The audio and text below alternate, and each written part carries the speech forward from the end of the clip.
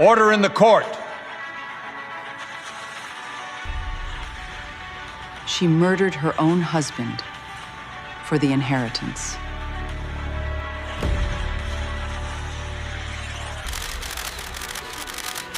The Whitmore widow may lose everything.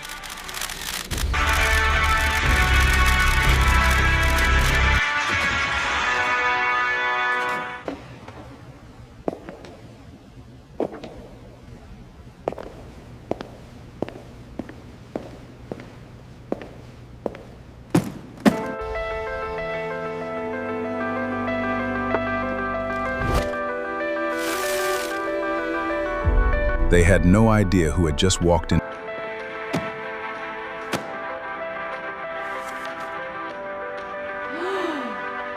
Your Honor, I'd like to call the first witness.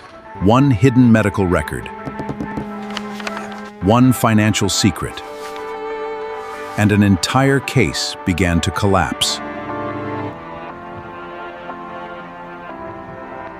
20 years ago, a barefoot boy named Daniel Foster stood outside a widow's gate, too proud to beg and too hungry to walk away.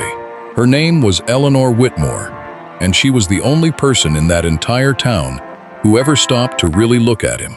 Today, that same boy walked into a courtroom carrying a leather briefcase in one hand and, tucked somewhere deeper than anyone could see, a debt he had never forgotten. He was no longer the barefoot boy who had once stood outside her gate with an empty stomach and nowhere else to go. Now he carried himself with quiet confidence, wearing a suit that fit him like armor, and carrying a leather briefcase that reflected years of hard-earned success. To everyone else inside that courtroom, he was simply another attorney. No one recognized him. No one suspected that the greatest mistake the Whitmore family had already made wasn't accusing Eleanor Whitmore. It was failing to recognize the man who had just walked through those courtroom doors. Inside that courtroom, Eleanor's hands were shaking, not from fear of the law, but from the weight of everything she had lost in the months leading up to that day. Her husband was gone, her home was under threat, and the people who once called her family were now standing across the room, calling her a murderer. They wanted her land, they wanted her name erased. And for a while, it looked like they might actually get what they wanted, because as far as anyone could tell, Eleanor Whitmore was completely alone in the world. What none of them expected was for that unfamiliar attorney to walk calmly across the courtroom and take the empty seat beside Eleanor Whitmore. She looked up at him, confused for only a heartbeat. Then her eyes widened. Beneath the polished suit and years that had changed his face, she recognized the little boy who had once sat at her kitchen table, eating meals she quietly placed before him. It was Daniel Foster. He had come home, and this time, he wasn't asking for help. He had come to fight for the woman who had once fought for him without ever stepping into a courtroom. This is a true story about a debt that nobody thought would ever be repaid. It is the story of a woman who gave away kindness like it cost her nothing, never once expecting it to come back to her 20 years later, wrapped in a law degree and a courtroom strategy sharp enough to bring a powerful family to its knees. But to understand exactly how far this family was willing to go to take everything from her, we have to go back before Daniel Foster ever owned a suit, back before he knew what a courtroom even looked like, back to when he was just a hungry little boy standing outside a gate, and Eleanor Whitmore was the only person in town who ever saw him. Before we go further into how this story unfolded, let us know in the comments where you're watching from. We'd love to hear from you. And don't forget to hit that subscribe button so you never miss any of our upcoming videos. Because what happened between Eleanor Whitmore and Daniel Foster over the next 20 years is not just a story about a courtroom battle. It is a story about what happens when one small act of decency is planted in exactly the right person and left alone to grow for 2 decades before anyone realizes what it has become. To understand who Eleanor Whitmore really was, you have to understand the town she lived in. It was the kind of place where everyone knew everyone's last name, where church on Sunday meant more than just prayer. It meant being seen, being measured, being placed somewhere on a ladder that never seemed to move. Eleanor had married into one of the more comfortable families in town, the Whitmores, a family with land, with a name people respected, and with a set of expectations Eleanor never quite managed to meet. She had no children. She was quiet. She kept to herself, outside of her small kindnesses. And the Whitmore family, though never openly cruel to her, never truly welcomed her either. She was Walter's wife, never simply Eleanor. Walter Whitmore loved her in his own steady, undemonstrative way. He worked long hours managing the family's property, and Eleanor filled her days the way many women in her position did back then, tending her garden, visiting neighbors, and quietly noticing the people other folks in town seemed to walk right past. She noticed the Foster family long before anyone else did. Daniel's parents worked themselves thin, trying to keep their small rented house warm, and their 2 children fed, and there were seasons where the work simply wasn't enough. Eleanor noticed the way young Daniel walked to school with his shoulders pulled in, the way he never asked for anything, the way hunger showed up in a child's eyes long before it showed up anywhere else. The first time Eleanor fed him, it wasn't planned. She found him standing near her fence one afternoon, not quite trespassing, not quite leaving either, and she asked him if he'd eaten that day. He hadn't, though he told her he wasn't hungry. She brought him inside anyway, sat him down at her kitchen table, and gave him a plate of food larger than she probably should have, considering her own household budget. She didn't lecture him. She didn't ask him about his parents' finances. She simply let him eat, and when he finished, she told him he was welcome to come back whenever he needed to. He didn't fully believe her. Grown-ups said things like that all the time, and rarely meant them. But Eleanor meant it. Over the following months, Daniel found himself at her kitchen table more often than he ever expected to be. She never made him feel like a charity case. She asked him about school, about what he was learning, about what he wanted to be when he grew older. Questions nobody else in his life had time to ask. When his shoes wore through at the soles that winter, a new pair appeared, wrapped in plain brown paper, left on the porch of his family's home, with no note attached. His mother suspected who it was from. Daniel didn't fully understand the gesture yet, only that his feet were warm again, and that felt like enough of an explanation for a boy his age.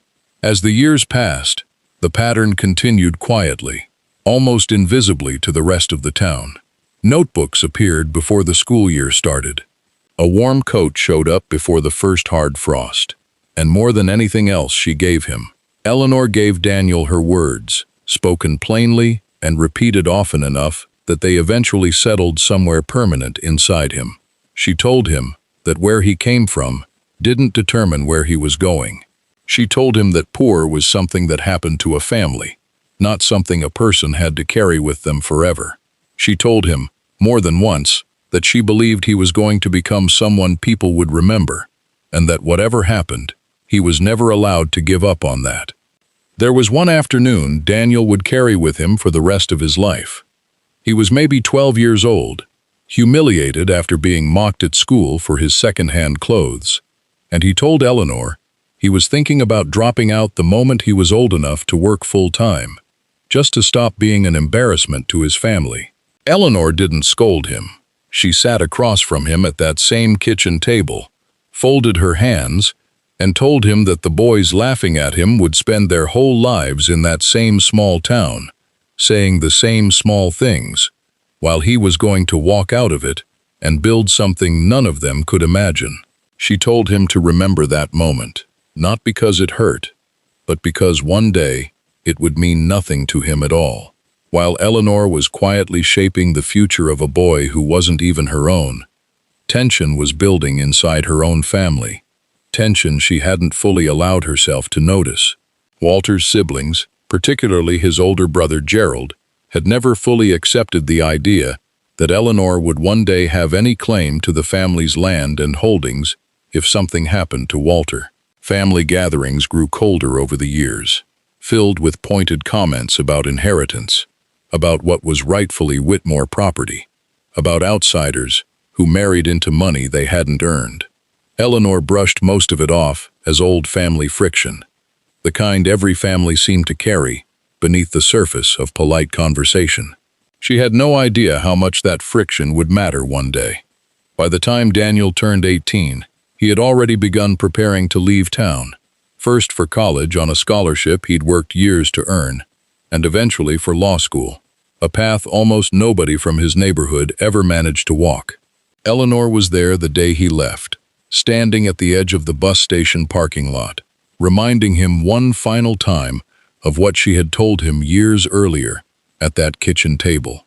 She told him she expected great things from him, not because she needed anything from him in return, but because she had simply always known it was true. Daniel promised her he would never forget what she had done for his family. At the time, neither of them understood exactly how that promise would eventually be tested. The years that followed carried Eleanor and Walter's marriage along in its usual steady rhythm, the same rhythm most marriages in that town seemed to settle into after enough time had passed. Walter's health, however, had begun quietly declining, something he mentioned to almost no one outside of doctor's appointments Eleanor accompanied him to. He was a private man, unwilling to worry his family, unwilling to appear weaker than the name Whitmore was supposed to represent in that town. Eleanor watched him grow tired more easily, watched him wave off her concerns more than once, and did what she had always done in her marriage. She stayed close. She managed what she could, and she trusted that whatever was happening would resolve itself the way most things eventually did. Then came the night that would change everything. Walter had complained of chest discomfort earlier that evening, something Eleanor had heard him mention before and never treated as an emergency, because he himself had always insisted it wasn't one. By the time she realized something was seriously wrong, precious time had already passed. She called for help immediately, but when paramedics arrived, there was nothing left for them to do. Walter Whitmore was gone, in his own home, with his wife beside him, and no explanation beyond a heart that had simply given out. After years of quiet strain, nobody outside that house had fully understood.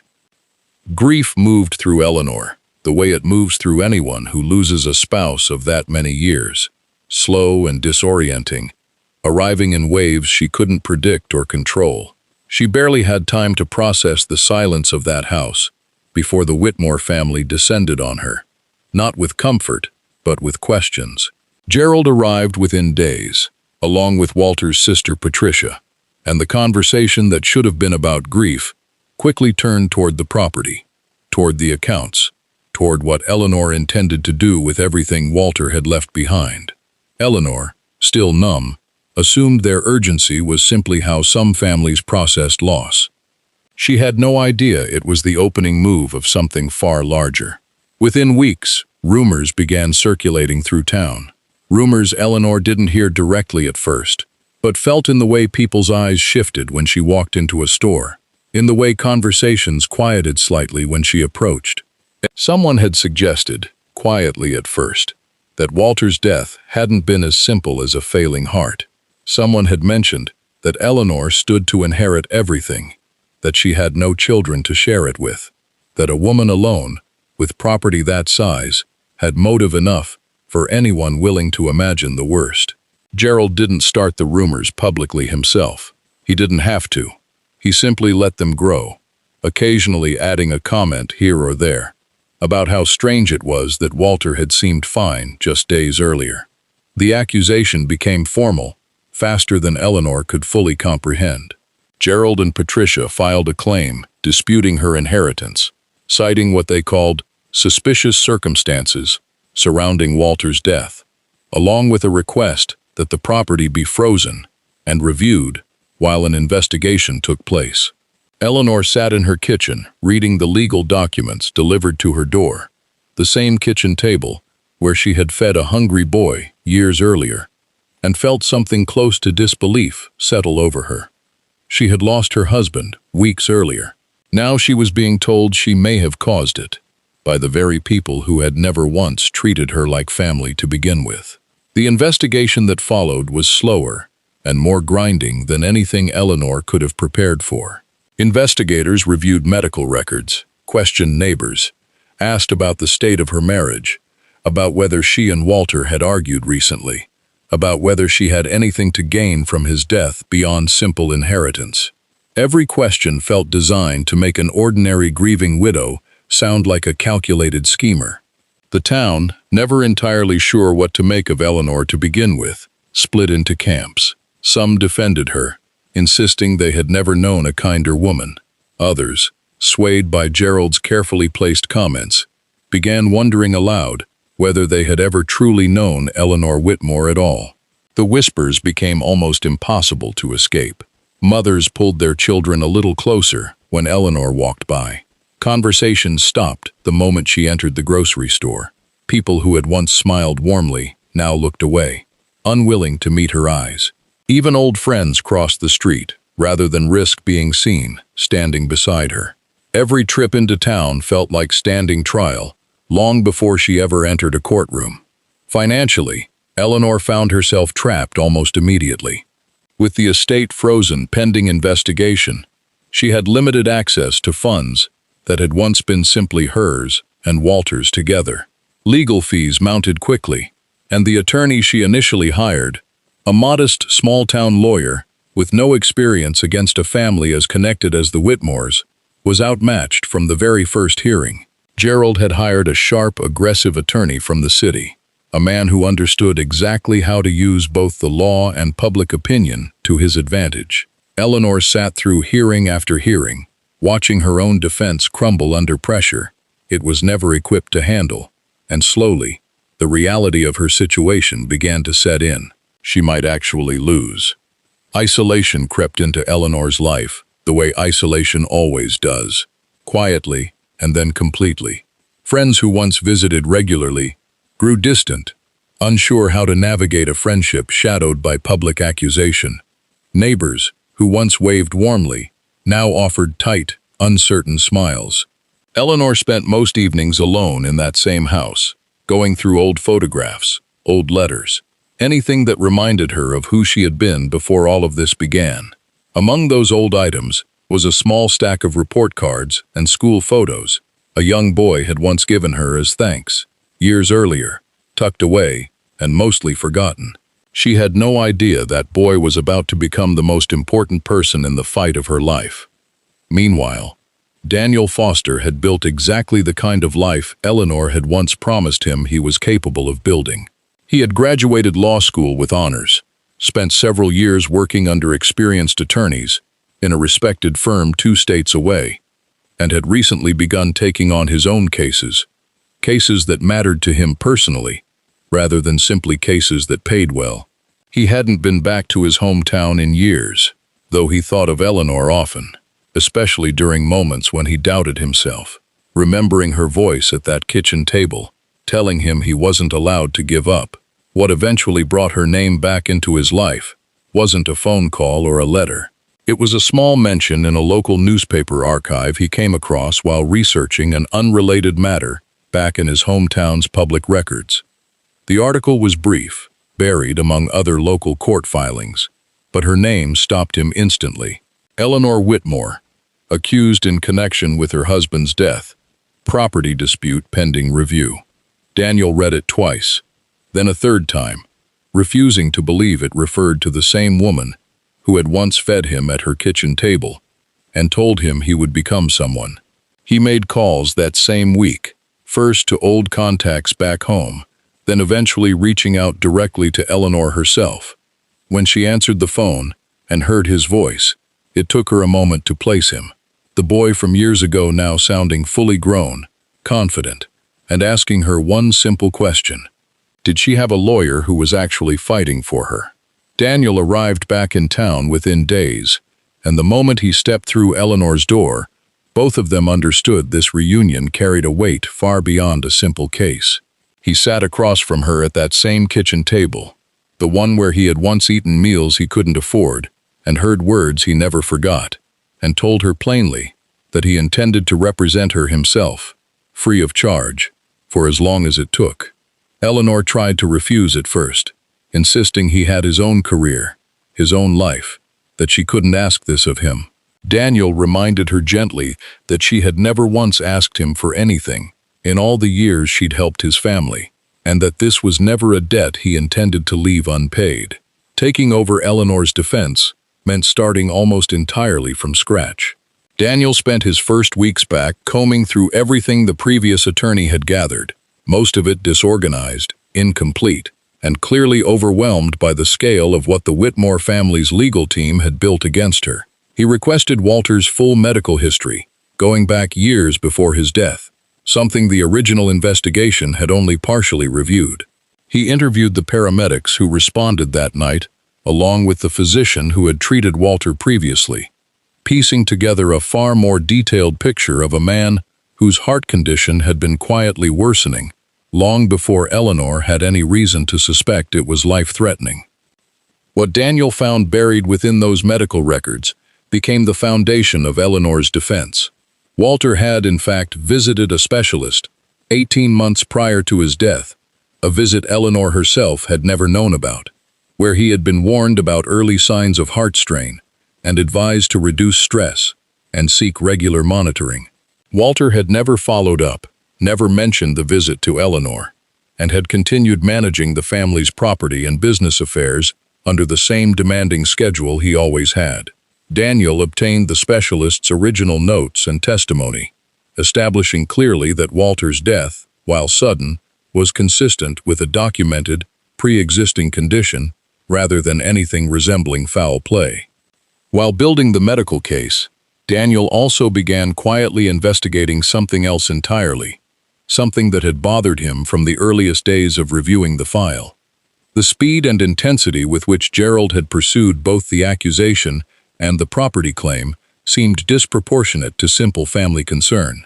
Daniel requested financial records tied to the Whitmore family businesses, records that, once properly reviewed, revealed Gerald had been managing significant debts of his own for several years, debts largely hidden from the rest of the family, debts that a share of Walter's estate would conveniently help resolve. Motive, it turned out, existed in that courtroom. It simply didn't belong to the person everyone assumed. Daniel requested a formal accounting of the Whitmore family businesses as part of discovery, a request Gerald's attorney fought hard to block, understanding exactly what kind of exposure it risked.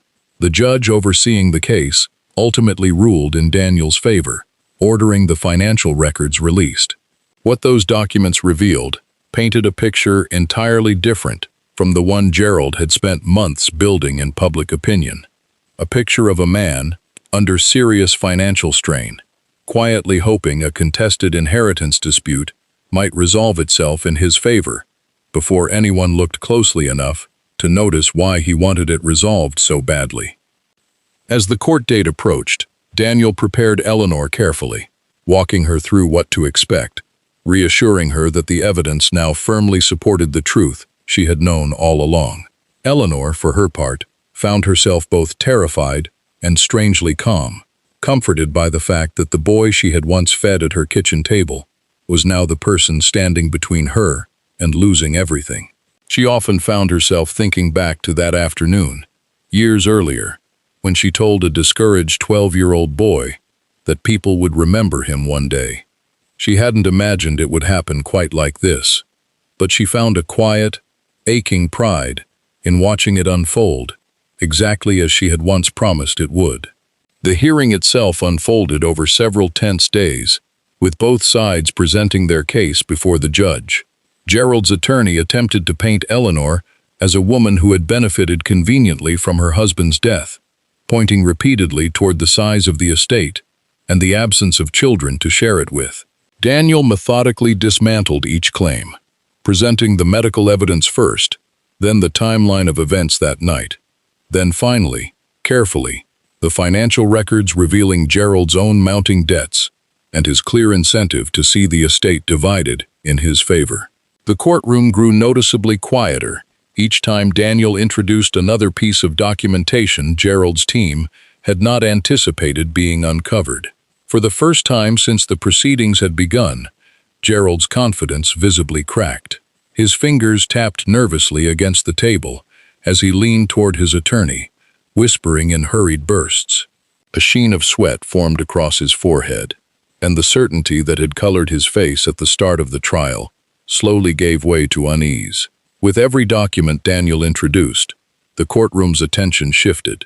The man who had spent months pointing a finger at Eleanor now found every eye turning toward him. The turning point came when Daniel called the specialist physician to testify directly, walking the court through Walter's actual medical history in careful, unhurried detail. The physician confirmed that Walter's death was entirely consistent with the progression of an undiagnosed, unmanaged heart condition, one Walter himself had chosen not to disclose to his wife.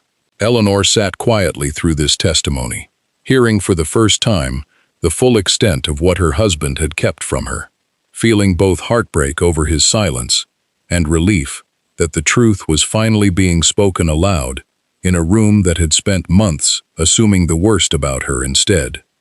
Gerald's composure began visibly slipping as the financial records were formally entered into evidence, each document another crack in the version of events he had spent months carefully constructing. His own attorney requested a brief recess, likely to discuss how much further this line of questioning could safely continue without exposing Gerald to consequences of his own. When proceedings resumed, the tone in that courtroom had shifted entirely. What had begun as an accusation against Eleanor had transformed, piece by piece, into a much clearer picture of a family member who had allowed grief, greed, and financial desperation to convince an entire town that a grieving widow was capable of something she never did. When the judge finally delivered the ruling, the courtroom fell completely silent. The accusations against Eleanor were formally dismissed, the property claim rejected in full, and the estate restored entirely to her, free and clear of any further dispute. Eleanor sat perfectly still for a long moment before the reality fully settled over her. Months of fear and isolation finally lifting all at once. Daniel stood beside her, steady and composed the way he had been throughout the entire case, though those who knew him well could see the emotion sitting just beneath the surface of his expression as well. Outside the courthouse, away from cameras and curious onlookers, Eleanor finally allowed herself to fully break down, not from sadness this time, but from the sheer release of months spent carrying a weight she had almost convinced herself she deserved to carry alone. Daniel stood with her quietly, the same way he had once sat quietly across from her at that kitchen table as a boy, letting her feel whatever she needed to feel without rushing her through it. When she finally spoke, she simply thanked him, not just for the case, but for remembering her at all. After all those years, after everything else in his life, had every reason to move on, without ever looking back. Daniel told her something that afternoon he had carried with him since he was 12 years old, something he had never quite found the right moment to say until now. He told her that everything he had ever built, every late night in law school, every case he had ever taken since, had been built on the belief she had planted in him at a kitchen table when nobody else believed he was worth the effort. He told her that showing up for her wasn't a debt he felt obligated to repay. It was simply the first opportunity he had ever been given to prove that her belief in him had been justified all along. Eleanor smiled through tears she could no longer hold back. "Daniel, all I ever gave you was a few meals and a pair of shoes." Daniel gently shook his head. "No, Eleanor, you gave me something no one else did. You believed in me before I ever believed in myself. You gave me a future. Every step I've taken since then began at your kitchen table." For a long moment, neither of them spoke. They didn't need to. Some debts are never truly repaid. They are simply carried forward, one act of kindness at a time. In the months that followed, Eleanor kept her home, the same home where she had once quietly fed a hungry child, without expecting anything in return. Gerald, facing scrutiny over both his financial dealings and the accusations he had pursued without solid evidence, saw his standing in that same small town collapse far faster than Eleanor's ever had. People who had once quietly doubted her now spoke openly about how wrong they had been to let rumor stand in for truth. Eleanor never sought revenge against any of them, choosing instead to simply rebuild her life quietly, the way she always had, one small kindness at a time. Daniel eventually returned to his own career, though something in him had shifted permanently after Eleanor's case. He began taking on more cases involving people who couldn't otherwise afford proper representation, families facing exactly the kind of imbalance of power Eleanor had faced when he first arrived back in town. He often said, when asked about it later, that he wasn't simply practicing law, he was continuing to repay a debt that had started with a plate of food and a pair of shoes left quietly on a porch. A debt he now understood could never truly be repaid in full, only carried forward into helping someone else, the way Eleanor had once helped him. What happened between Eleanor Whitmore and Daniel Foster was never really about a courtroom or a property dispute or even the accusation that nearly destroyed a woman who had done nothing but show kindness to a stranger's child. It was about what happens when a single act of decency lands on exactly the right person and is allowed to grow, quietly and unnoticed, for 20 years before the world finally sees what it became. Eleanor never once expected anything in return for the meals she made or the shoes she left on that porch. She simply believed a hungry boy deserved to be seen. It turned out that belief was the most valuable thing she ever gave away, and the only thing powerful enough to save her when she needed it most. Was justice truly served that day, or was something far larger than the law finally settling a debt that had been quietly building for 20 years? Would you have recognized Daniel Foster if he had shown up at your door after all that time? Or would you have seen only a stranger in an expensive suit, the way Gerald and Patricia Whitmore did, right up until the moment it was far too late? Let us know in the comments what part of this story stayed with you the most. And if this is the kind of true story you want to see more of, make sure you're subscribed, because stories like Eleanor and Daniel's are exactly what we bring you here, week after week.